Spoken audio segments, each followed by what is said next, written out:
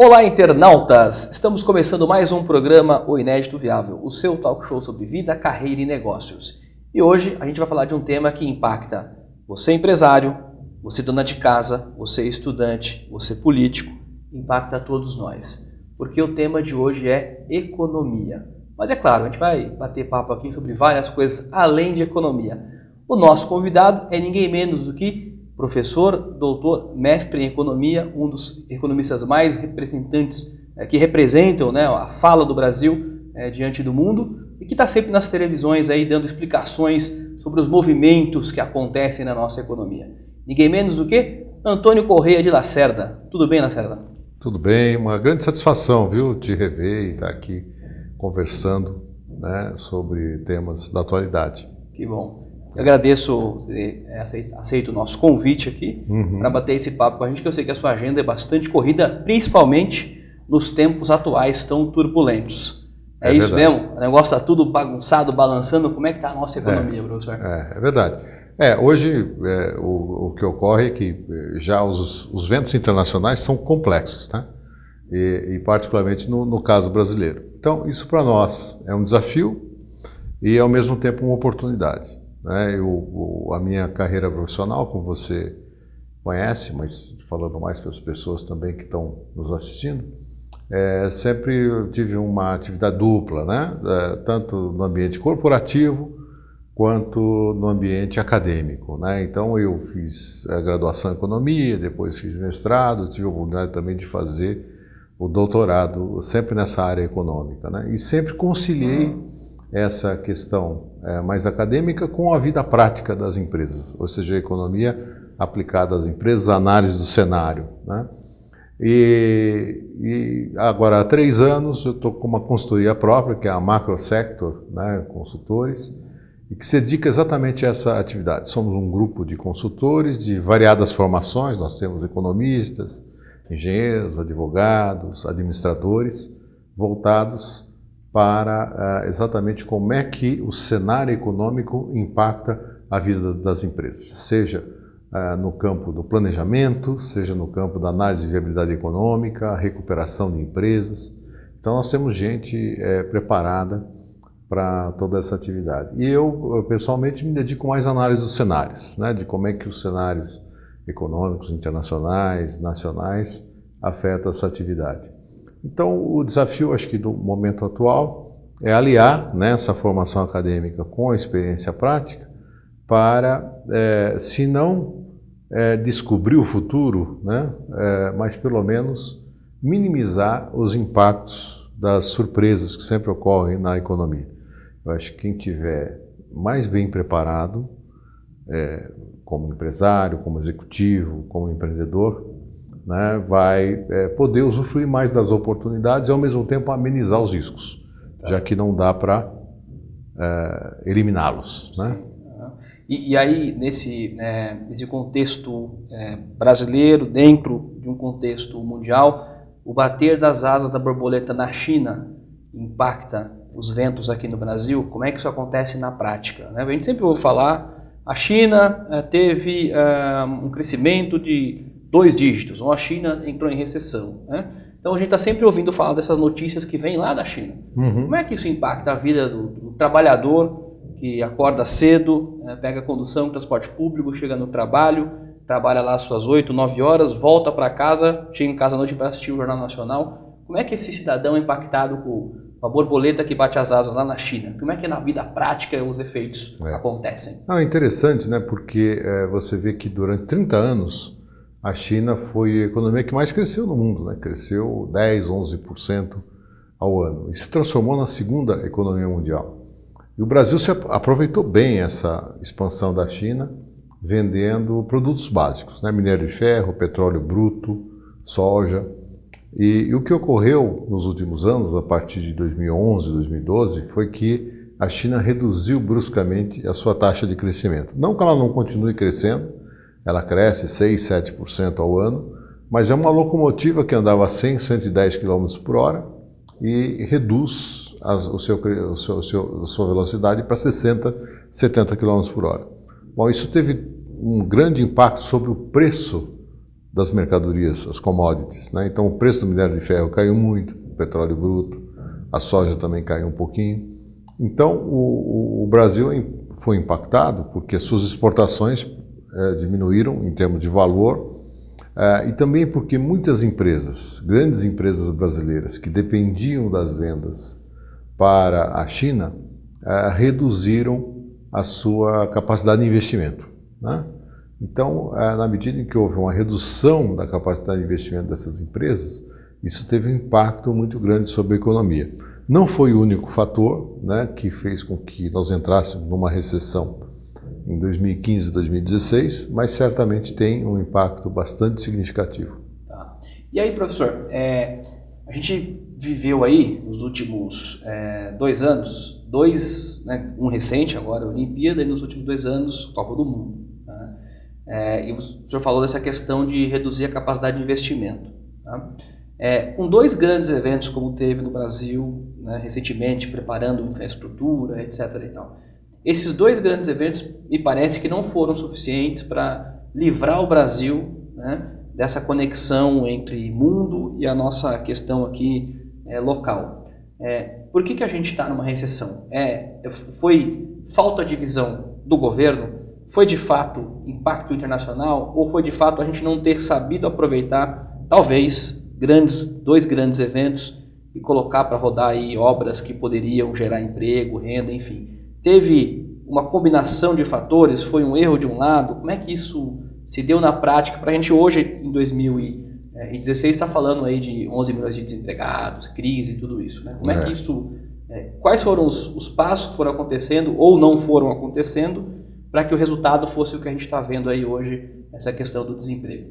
É interessante porque você tem uma conjugação de fatores, né? Internacionais, domésticos, políticos, econômicos, empresariais, que acabaram levando à própria recessão que a gente vive hoje. Então, os 2 grandes eventos, tanto Copa do Mundo como Olimpíadas, eles vão dizer contribuíram para que não houvesse uma recessão mais forte. Mas eles sozinhos não são capazes de alavancar a economia, porque a economia depende de vários outros fatores. Houve erros da parte do governo, sem dúvida. As escolhas da política econômica, a meu ver, em muitos momentos foram equivocadas e, aliás, registro que estão sendo equivocadas. E eu vou começar pelo principal erro. Quando o país entra numa recessão, é muito difícil que você obtenha o chamado ajuste fiscal. Quer dizer, ao contrário do orçamento doméstico, o orçamento das empresas, que numa crise você puxa o freio de mão, se reencontra para o passo seguinte, na macroeconomia, infelizmente, não ocorre assim. Por quê? Porque o Estado ele tem o papel de fazer a política contracíclica. Ou seja, a hora que o setor privado reduz, ele tem que ampliar os seus investimentos para que isso gere um efeito multiplicador e ajude na recuperação. Também é importante que, para isso, as condições para o setor privado investir sejam favoráveis. E eu não estou me referindo aqui às aplicações financeiras. Normalmente se fala popularmente fazer um investimento, comprar um tesouro direto ou uma aplicação em CDB. Isso é uma aplicação, não é um investimento. Investimento é aquilo que você está agregando valor, está gerando um novo negócio, uma ideia nova, né? Isso vai, no futuro, gerar mais valor. E para que isso ocorra, é preciso que as condições favoreçam. É preciso que você facilite o empreendedorismo, que você reduza as taxas de juros para que as pessoas e as empresas tenham acesso a crédito barato, né? Compatível com aquilo que elas vão fazer, e nada disso está presente no Brasil, né? Pelo contrário, um sistema tributário muito complexo, né? Difícil de ser acompanhado pelas pequenas empresas, especialmente, que não têm profissionais preparados para isso, né? Ter que investir muito. Então é um sistema muito complexo, difícil, custoso para as empresas, e a macroeconomia, então, ela prejudica esse caminho. Mas como é que chegamos até aqui? Então, na verdade, nós estamos falando da crise internacional, isso teve um impacto muito grande. Nós tivemos fatores políticos, né, como a Operação Lava Jato, quer dizer, a corrupção e a própria Operação Lava Jato, que tem o seu mérito, que é combater a corrupção, mas isso travou investimentos das grandes construtoras e das principais empresas brasileiras, que é a Petrobras, né? Então isso evidentemente teve um impacto também significativo. E mais recentemente, Quer dizer, a incerteza política, né, com o processo de impeachment, gerou, evidentemente, um atraso nos investimentos, nas decisões. Então, o resultado disso tudo, em conjunto, juro alto de um lado, né, a tentativa de ajuste fiscal, ambiente político adverso, quadro internacional ainda difícil, acabou levando a uma recessão, né? Nós estamos hoje, meados de 2016, o início do segundo semestre, no início do que parece ser uma retomada. Mas é preciso dizer o seguinte, que a retomada ainda será lenta e vagarosa, né? Por quê? Porque todas essas condições que eu me referi, juros, crédito, inadimplência, desemprego alto, como você mencionou, são fatores de reversão desse processo, né? De contenção da capacidade do país retomar o seu crescimento. Tá. Professor, eu me lembro, vamos falar um pouquinho de política, eu me lembro lá em 2000 um pouquinho antes de 2002, a primeira eleição do governo Lula, que o pessoal falava, né, que 300 empresários vão sair do Brasil se o Lula ganhasse, o dólar, né, explodiu, e aí então o presidente Lula escreve a carta ao povo brasileiro se comprometendo a não mudar a política econômica que havia sido adotada, e aí com isso ele inclusive ganha a eleição e fica todo mundo feliz, né? 8 anos do governo Lula, depois governo Dilma, né? Houve em algum momento uma mudança de direção de fato nessa política econômica, porque todo mundo imputa muito erro ao governo Dilma, né? Olha, erramos aqui, quando o cenário do setor privado está muito ruim, o governo tem que fazer um contraponto e colocar dinheiro, né? O que chamou de anticíclico, é isso? Isso mesmo. Como um colchão, né? Eu fico aqui com um colchão, se a coisa ali murcha, eu coloco um pouco de ar e assim eu vou trabalhando, né? Isso. Houve de fato esse erro? O que mudou na política macroeconômica? O que foi o botão que estava sendo apertado que deixou de ser apertado? Ou a torneira que estava aberta e foi fechada? O que aconteceu de fato que mudou a política macroeconômica e que aí começou-se a se perceber esses movimentos todos na economia? Eu diria que se tivesse que eleger um fator, ou 2 fatores, seria o primeiro, câmbio, né, taxa de câmbio, e segundo, a taxa de juros. Eu acho que esses são 2 elementos que influenciam muito a condição da economia. O que ocorreu foi que durante muitos anos nós tivemos uma moeda, um real artificialmente valorizado, ou seja, um dólar barato na economia. Isso dá uma falsa sensação de riqueza, né? Porque de fato no curto prazo o poder de compra de todos nós aumenta. O pessoal vai para fora, vai viajar, gastar no cartão de crédito porque o dólar está baixo. Você tem uma sensação de riqueza falsa, é verdade. Por quê? Porque a conta vem em outro momento. E pior, né, quando você desvia grande parte do seu consumo doméstico para o exterior, via importações, via gastos no exterior, você está deixando de criar as condições para gerar emprego aqui. Você está gerando emprego na China, na Coreia, nos Estados Unidos, mas não aqui. E isso tem sido uma prática recorrente, eu não diria não do último governo, mas dos últimos 30 anos no Brasil, pelo menos, né, que tem sido usado a política cambial, ou seja, a definição da taxa de câmbio, que é o principal preço da economia, como instrumento de curto prazo, para combater a inflação de curto prazo e não como um instrumento de desenvolvimento, né? Há uma prática hoje internacional, e na maioria dos países, que na sua fase de desenvolvimento, como que o Brasil está hoje, utilizaram a taxa de câmbio junto com o juro baixo como elementos impulsionadores. Claro, não foram os únicos elementos, tem vários outros aspectos aí, política tributária, política industrial, que é muito importante, o próprio ambiente, né, que você oferece a quem produz, né, ou seja, mínimo de burocracia possível, um sistema tributário também fácil de ser compreendido, né, eficaz. Então esse conjunto de fatores foi que determinou o peso, mas eles estavam presentes também no governo Lula, no governo Fernando Henrique. Eu digo essa combinação de juro elevado com câmbio apreciado em vários momentos.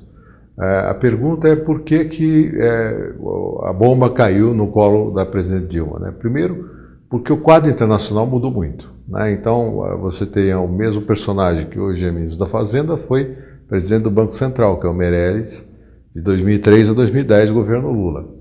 Só que naquele momento, a prática de juros altos no Brasil não afetava tão fortemente a economia, porque você tinha uma renda muito boa gerada pelas exportações a preços muito elevados para a China.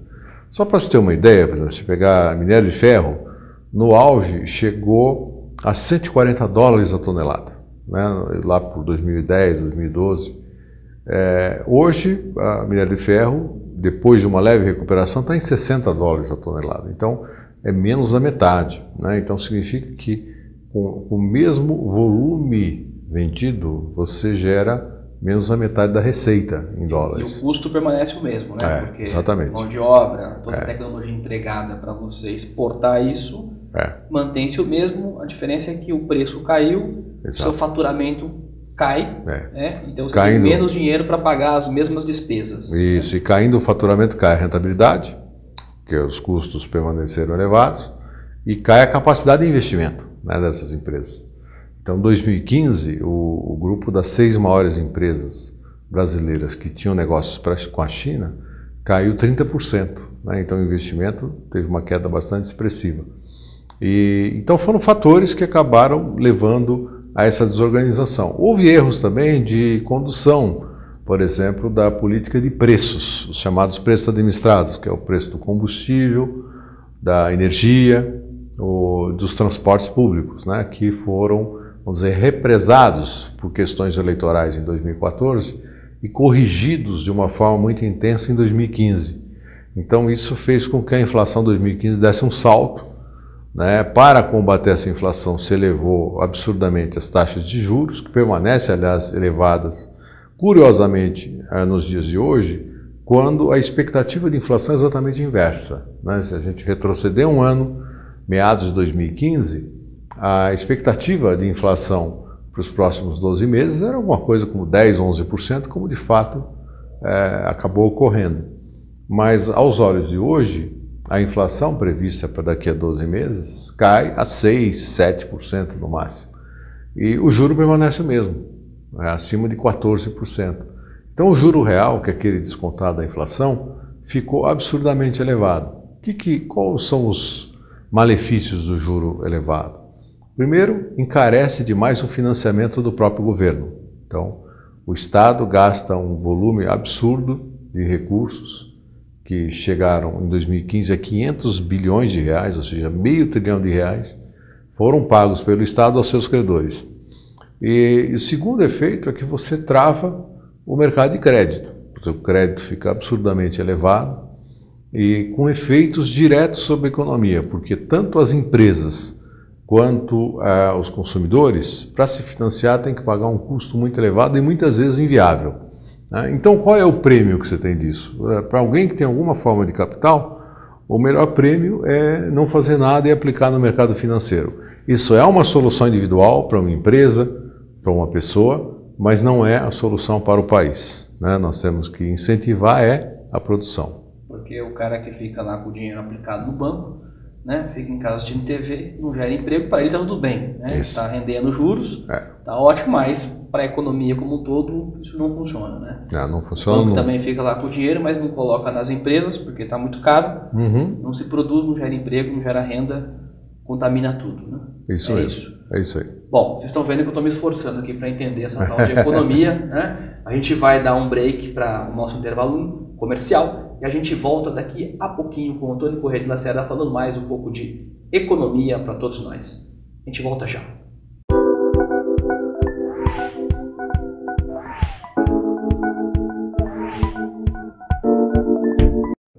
Olá, eu estou aqui para lhe apresentar Drogas, o Início do Fim, de autoria do Dr. Bernardo Campos Carvalho, advogado criminalista com mais de 35 anos de experiência na área. Sabemos que a informação é a maior prevenção.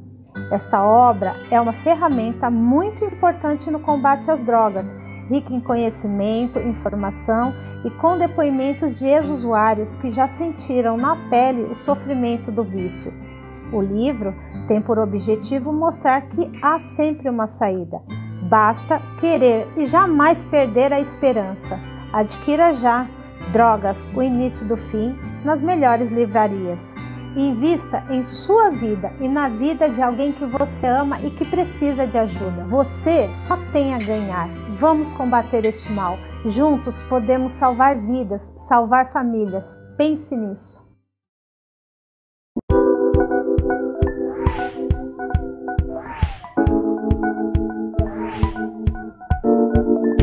Voltamos aqui com o programa O Inédito Viável, que hoje entrevista Antônio Correia de Lacerda, doutor em economia, e está tentando aqui nos explicar como é que essa tal de economia funciona no dia a dia.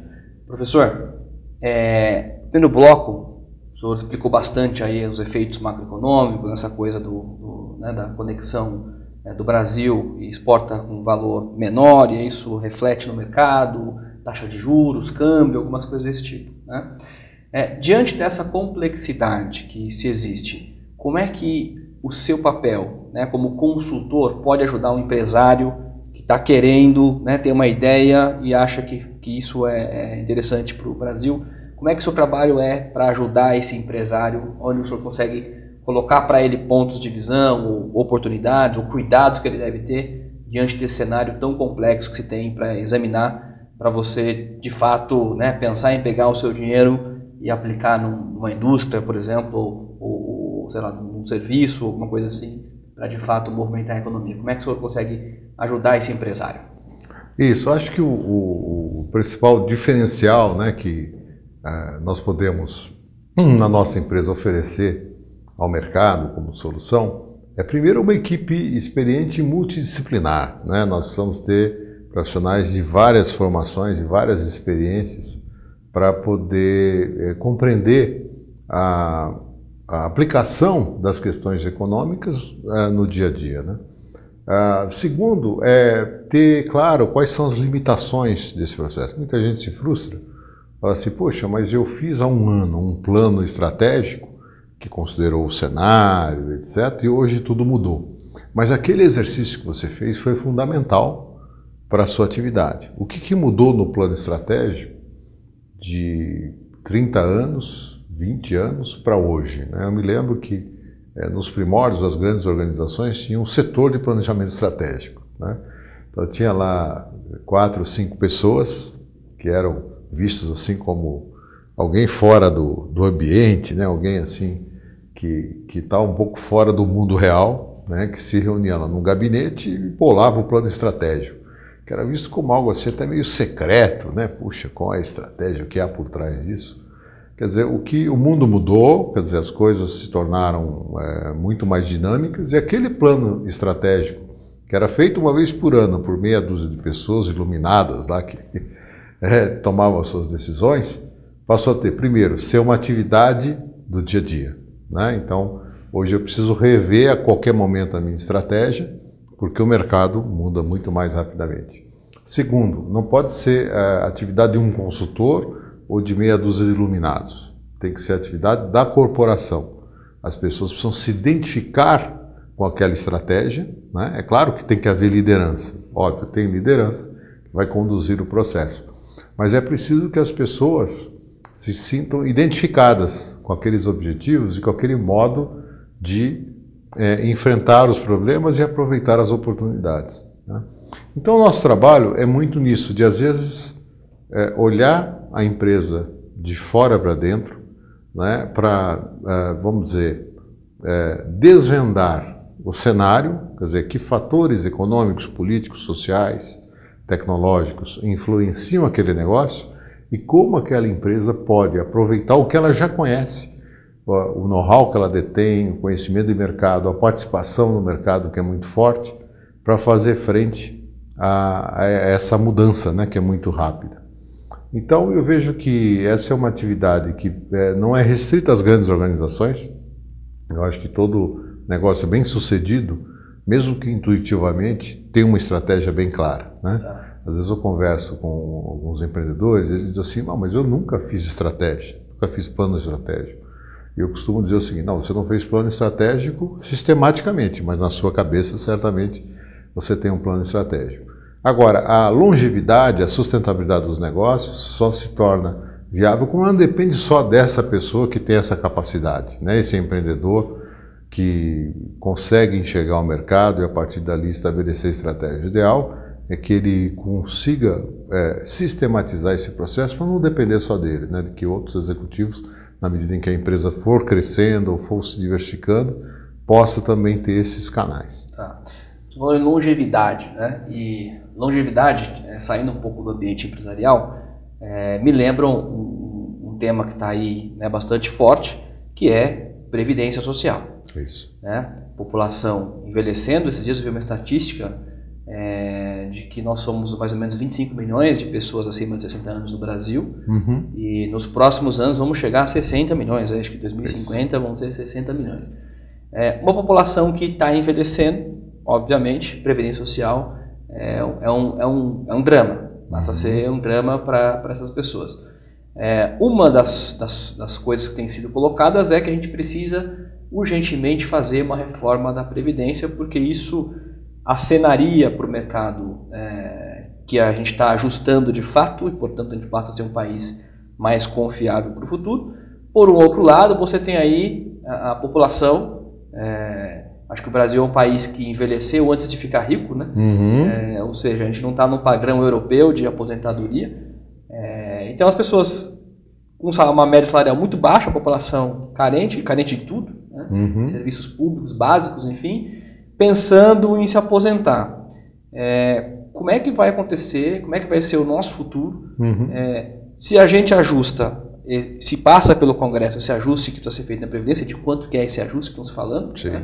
Como é que a população vai sentir esse efeito, e se não ajusta, como é que o país todo vai sentir o efeito da mesma forma? E qual dos dois é pior? Né? Verdade. Eu vejo que o primeiro é o desafio mundial, né? Porque com a longevidade das pessoas, elas aumentam a sua expectativa de vida e, portanto, comprometem o cálculo atuarial que foi feito, porque isso é muito importante que as pessoas saibam. A Previdência Social não é uma dádiva do Estado ou do governo, né? É algo que você contribuiu a vida toda. Então, uma parte do seu salário foi descontado, assim como o seu empregador também pagou, ou você como empreendedor, vamos dizer, autônomo, né? Formando um fundo ao longo de 30, 40 anos de trabalho para que você possa usufruir a partir da sua aposentadoria. Bom, o que mudou? É que a expectativa de vida no Brasil cresceu muito. Nos últimos 30 anos, ela sobe em cerca de 20 anos, né? Então, a expectativa de vida média do brasileiro já chega hoje, passa dos 75 anos, em constante evolução, o que é uma boa notícia, quer dizer, as pessoas estão vivendo mais. Então, nós teremos que ajustar esse cálculo atuarial de forma que as pessoas terão que provavelmente trabalhar mais para poder usufruir desse recurso no futuro. Ocorre que no Brasil, esse debate é bastante distorcido, por vários motivos. Primeiro porque parte dos recursos que nós recolhemos para o INSS ao longo de muitos anos foram utilizados para outros fins, que não formar um fundo para a aposentadoria. Né? Que outros fins foram esses? Financiar o saneamento, ou sei lá, alguma outra coisa que teve lá o seu mérito, mas desviou da função fundamental. Outra coisa que ocorreu é que após a Constituição de 88, vários benefícios sociais foram concedidos e são justificados, ao meu ponto de vista, por exemplo, renda rural, é importante. Mas isso deveria fazer parte do orçamento, né? Só para diferenciar do regime contributivo. Então, a Previdência ela é financiada com os nossos próprios recursos e as empresas para as quais nós trabalhamos. Se eu crio um novo benefício social, o orçamento, que é o orçamento do Estado, que é financiado pelos impostos e taxas que nós pagamos, é que teria que cobrir. Se eu começar a misturar essas contas, vai ser injusto. Ou seja, se eu tiro do pote que eu estava contribuindo, uso para outro fim e o pote diminui. Vai ficar menor. Se eu crio mais alguém para pegar do pote que não contribuiu, o efeito é o mesmo. Né? Exato. Então você vai criar uma distorção. Então isso tudo no Brasil é um pouco desvirtuado, porque aí chega-se para iniciar o debate e diz, olha, existe um déficit de X bilhões na Previdência. Não, mas peraí, de onde veio esse déficit? Né? Então, vamos separar as coisas. Né? Eu acho que esse é uma primeira questão para a transparência, a democracia do debate final. A partir dali, você claramente criar regras, e as regras devem ser as mais transparentes e igualitárias possíveis. Um outro problema hoje é que nós temos regimes de aposentadoria que são muito diferenciados, né? Então, na medida do possível, harmonizar isso para que se possa ter um planejamento de vida, né, que é importante também para as pessoas. Então, certamente a questão previdenciária vai continuar no debate nos próximos anos, porque não é uma equação simples, né? E, evidentemente, isso vai demandar ainda esforços de todos nós, né, e também do governo para oferecer uma alternativa. E tem a pressão, obviamente, das centrais sindicais, né, e que esse ajuste não recaia só sobre os trabalhadores. Você acha que esse tema, de fato, é um tema que passa no Congresso? E se passar, passa de que forma? Né? Da forma que, de fato, vai fazer com que os números, no final das contas, fiquem bons e mostrem uma perspectiva boa para a economia, para impulsionar emprego, renda, enfim, tudo o que a gente falou? Ou vai ser retalhado isso no meio do caminho porque o pessoal não vai querer, de fato, propor esse ajuste como tem que ser feito? Como é que vai ser isso? Eu espero, né? É muito difícil a gente prever, né, qual vai ser a reação do Congresso, mas eu espero que se leve em conta um senso muito de justiça, né?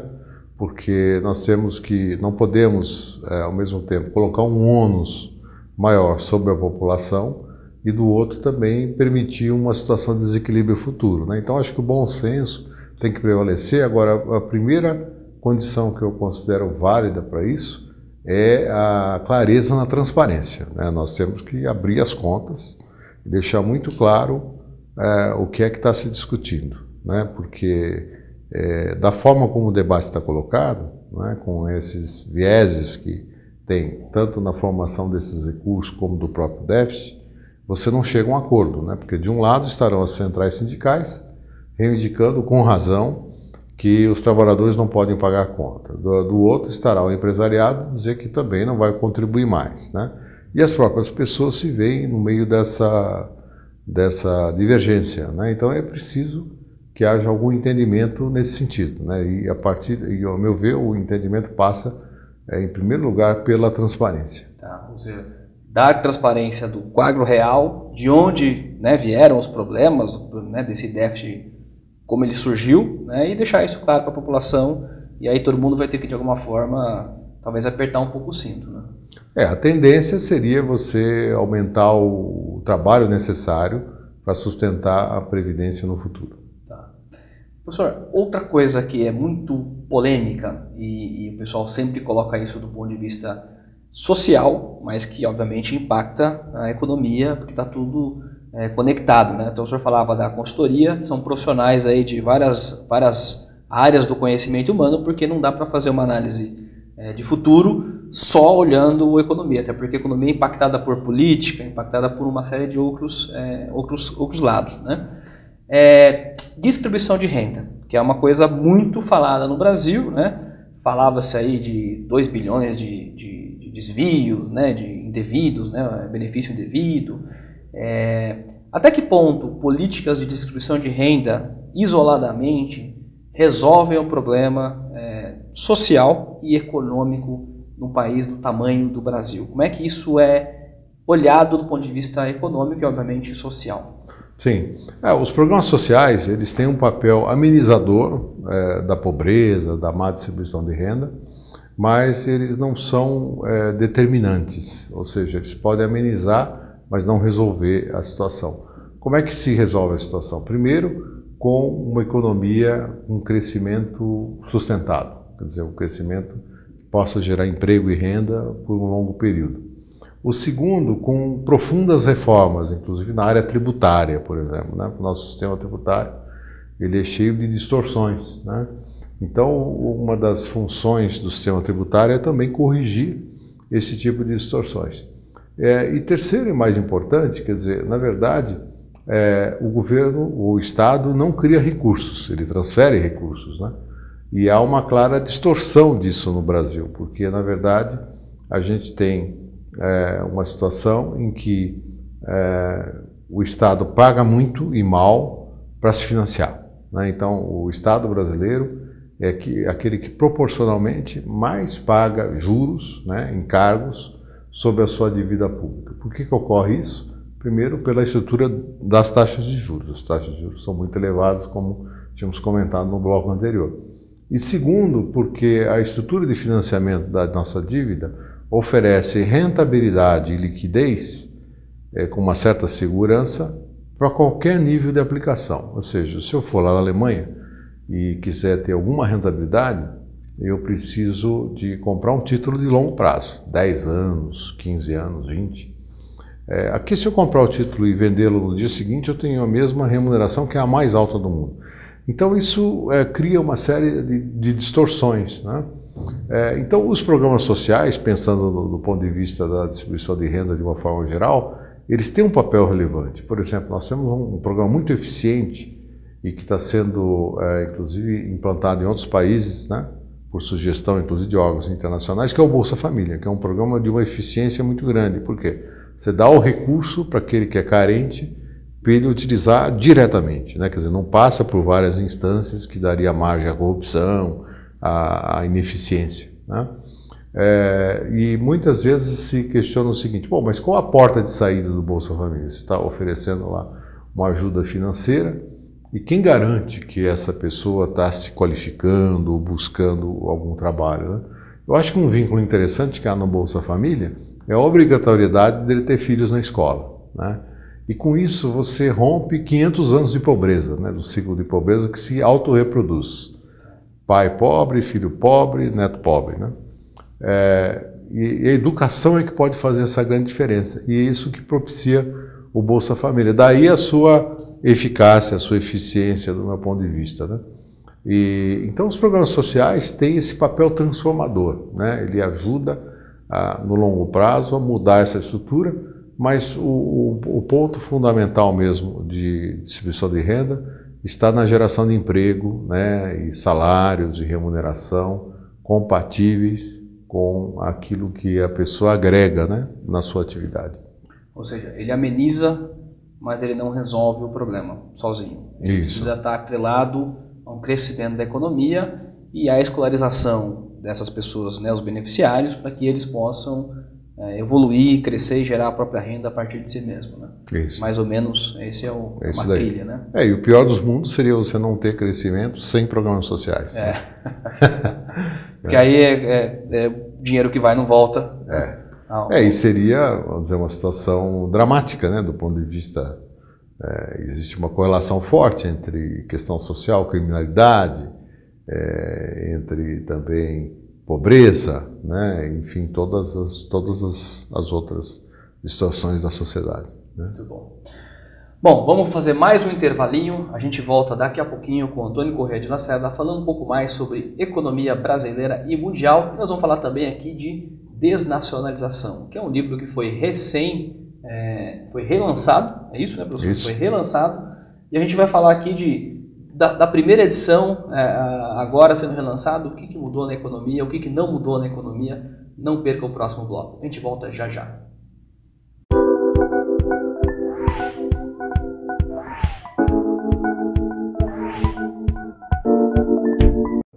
Olá, eu estou aqui para lhe apresentar Drogas, o Início do Fim, de autoria do Dr. Bernardo Campos Carvalho, advogado criminalista com mais de 35 anos de experiência na área.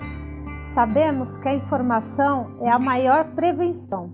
Esta obra é uma ferramenta muito importante no combate às drogas, rica em conhecimento, informação e com depoimentos de ex-usuários que já sentiram na pele o sofrimento do vício. O livro tem por objetivo mostrar que há sempre uma saída. Basta querer e jamais perder a esperança. Adquira já Drogas, o Início do Fim, nas melhores livrarias. Invista em sua vida e na vida de alguém que você ama e que precisa de ajuda. Você só tem a ganhar. Vamos combater este mal. Juntos podemos salvar vidas, salvar famílias. Pense nisso.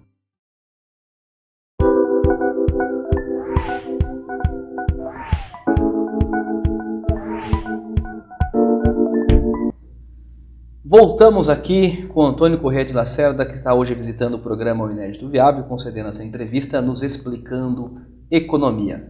E como eu tinha prometido, nós vamos falar aqui sobre desnacionalização, mitos, riscos e desafios. O livro que foi prêmio Jabuti de Economia, é isso? Foi sim.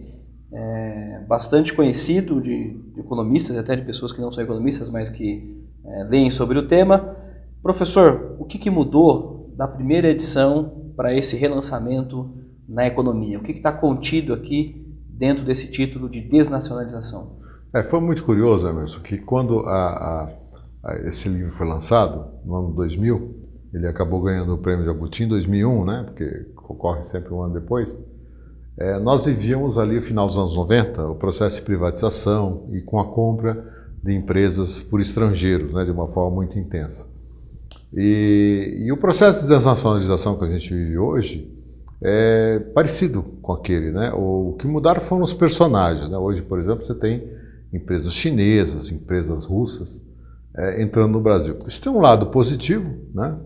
Que é o ingresso do capital estrangeiro, que é muito bem-vindo, especialmente na aquisição de empresas, etc. Mas o que me preocupa um pouco se isso não ocorrer de uma forma planejada, né? Por exemplo, quando um capital chinês ou qualquer outra nacionalidade entra por exemplo, na área de energia, né? Que é uma área muito específica.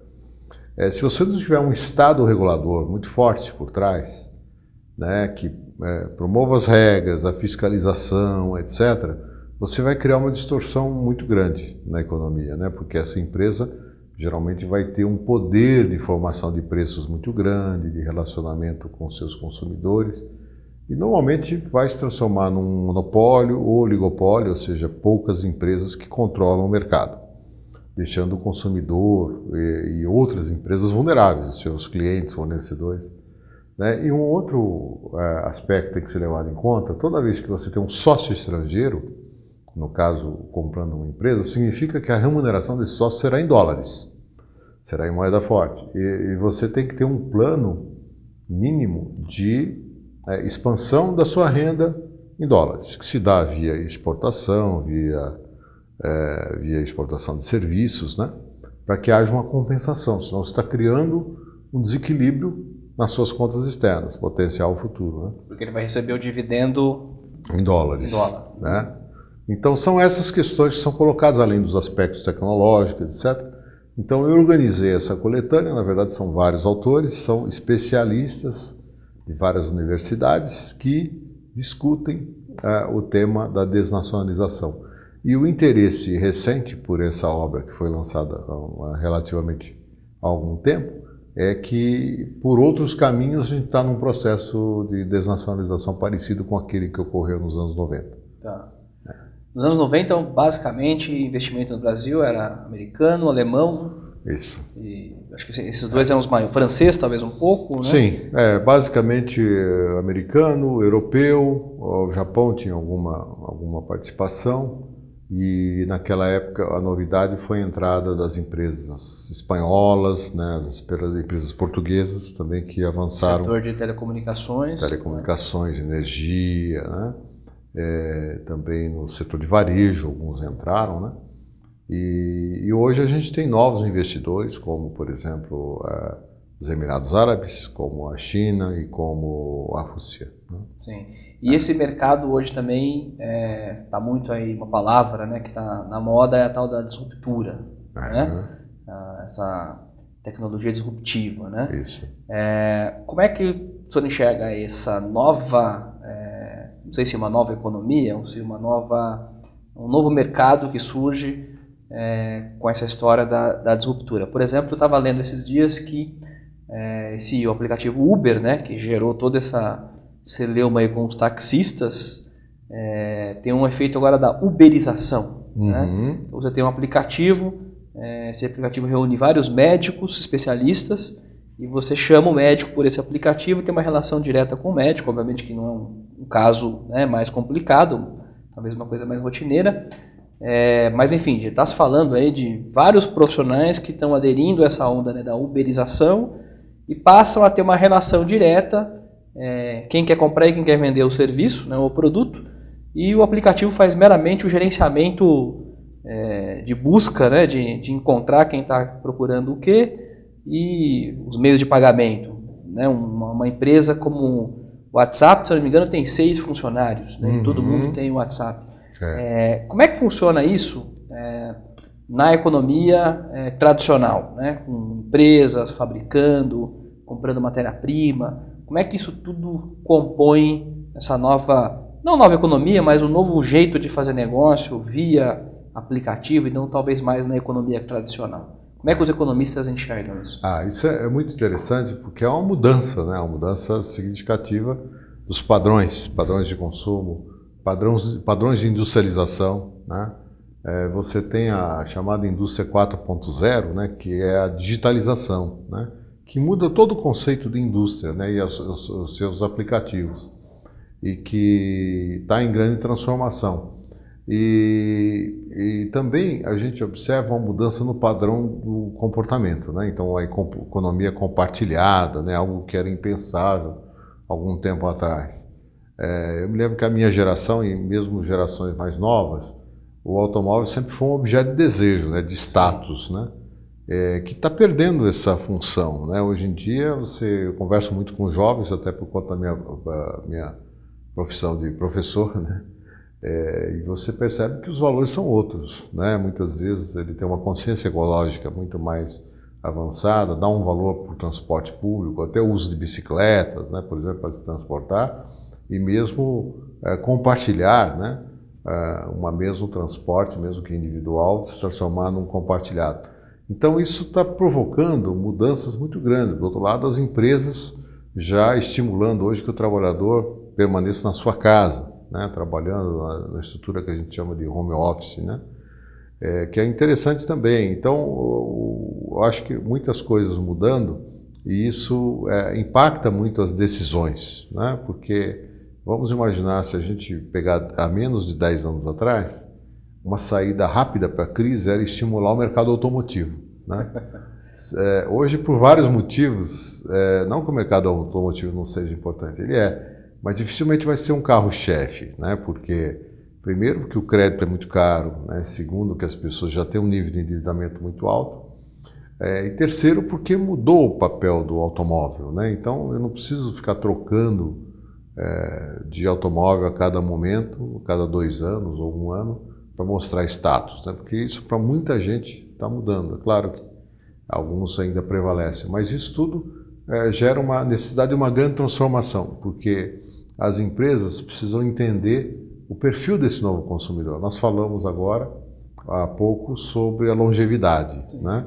Então essas pessoas mais maduras, né, no núcleo que eu acabei de entrar agora oficialmente, né, porque é o corte que se faz para considerar, é um tipo de consumidor, primeiro, que ele vive mais, ele busca uma maior qualidade de vida. Por outro lado, muitas vezes a grande parte dessas pessoas tem uma renda corroída da aposentadoria, então precisa manejar melhor os seus gastos. Então isso representa uma oportunidade, porque as empresas que oferecerem soluções práticas e rápidas, né, no exemplo que você deu dos médicos, por exemplo, né, ou de professores de inglês, ou de preparadores físicos, né, que oferecerem soluções rápidas, descomplicadas, né, e justas do ponto de vista da remuneração, é claro que tem um mercado imenso no Brasil, né? Aliás, o Brasil, a despeito de todos os problemas que nós falamos aqui, é um país de grandes potencialidades, né? Nós temos uma fronteira agrícola fantástica, nós temos uma capacidade industrial, apesar de exaurida, né, nas últimas décadas, ainda significativa, um setor de serviços também amplo. Quantos países no mundo têm essa estrutura, né? 4 ou 5 países, quando muito. Então nós temos aí uma grande oportunidade, né, para desenvolver não só aquilo que já sabemos, mas também novas soluções. Sim. Professor, e educação? Como é que a gente resolve a questão da educação no Brasil? A gente precisa dar um salto aí.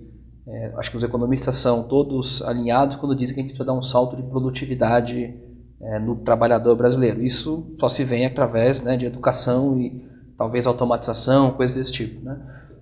Até porque os empregos de maior renda são os empregos mais intelectualizados do que os empregos braçais, né? A gente é um país aí de 200 milhões de habitantes, né? Mas com nível de escolarização até talvez de quantidade relevante, mas de qualidade deixa a desejar, né? Como é que a gente resolve isso para o futuro, né? Para a gente se manter competitivo e aproveitar de fato essas oportunidades que surgirão devido ao nosso próprio tamanho, né? E a nossa complexidade que gera, inclusive, oportunidades, né? Quais os passos que a gente tem que dar? É interessante que se a gente observar, né, quer dizer, qual o grande desafio hoje, né, para as pessoas de uma forma geral?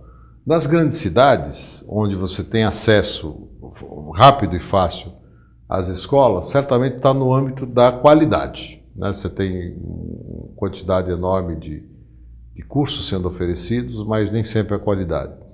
Mas quando a gente fala de Brasil, nós estamos falando de realidades muito distintas, né?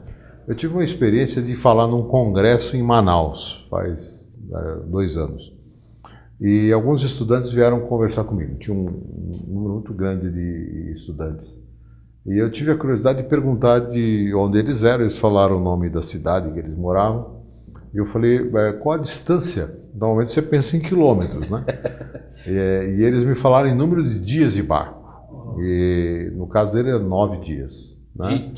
Da casa deles até Manaus. Até Manaus para assistir o congresso que eles foram ver, que era um congresso brasileiro e que teria poucas oportunidades de ocorrer em Manaus, né? Porque ele é rotativo, então a cada 2 anos ele ocorre no lugar. Então isso me fez refletir, puxa, certamente o desafio para essa pessoa é muito maior do que alguém que mora na zona leste de São Paulo, que pega o metrô e pode se deslocar e ter acesso a alguma escola, né, mesmo que não seja de primeira qualidade, mas que vai lhe dar alguma inserção no mercado de trabalho. Então, só para ilustrar que são realidades muito diferentes, né?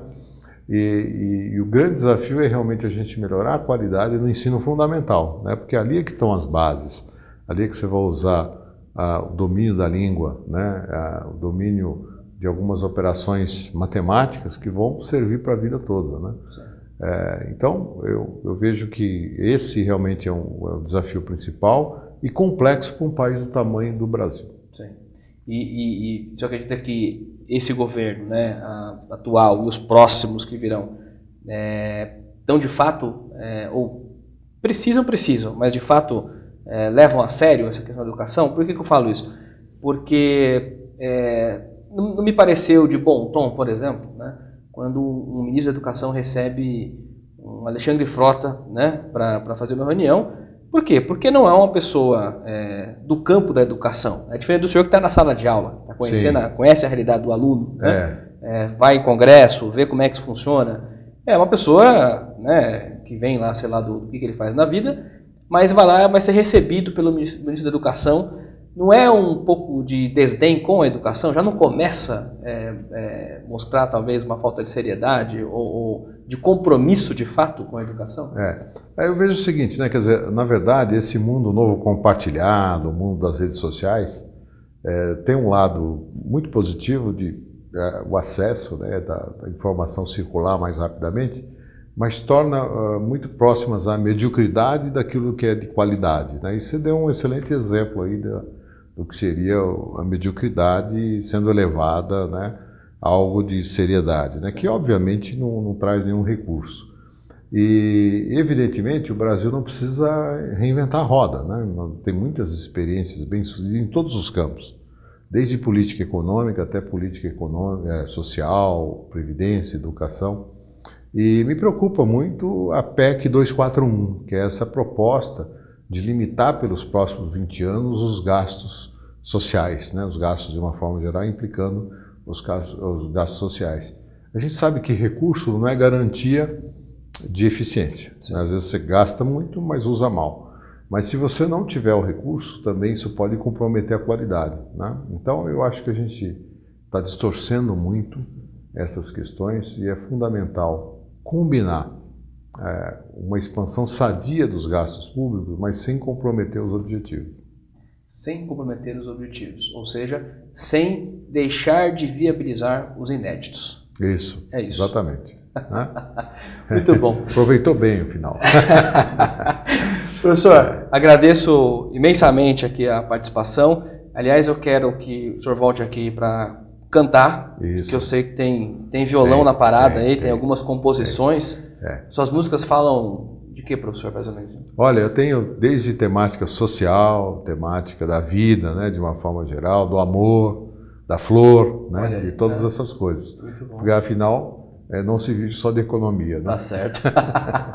Então eu agradeço, fica aqui o convite para voltar com o violão, para a gente fazer aqui um bate-papo com violão e música, que sempre com música, né, também fica muito agradável. Agradeço demais a sua participação, agradeço a sua audiência, a sua paciência ter ficado com a gente aqui até o final. Espero que você tenha gostado deste programa, que procurou trazer para você sempre alguma coisa, que procura trazer para você sempre um tema relevante, importante, que vai impactar a sua vida, a sua carreira e os seus negócios. Continue com a gente aqui na programação e eu volto na próxima semana com mais um talk show, o Inédito Viável, o seu talk show de vida, carreira e negócios. Até lá!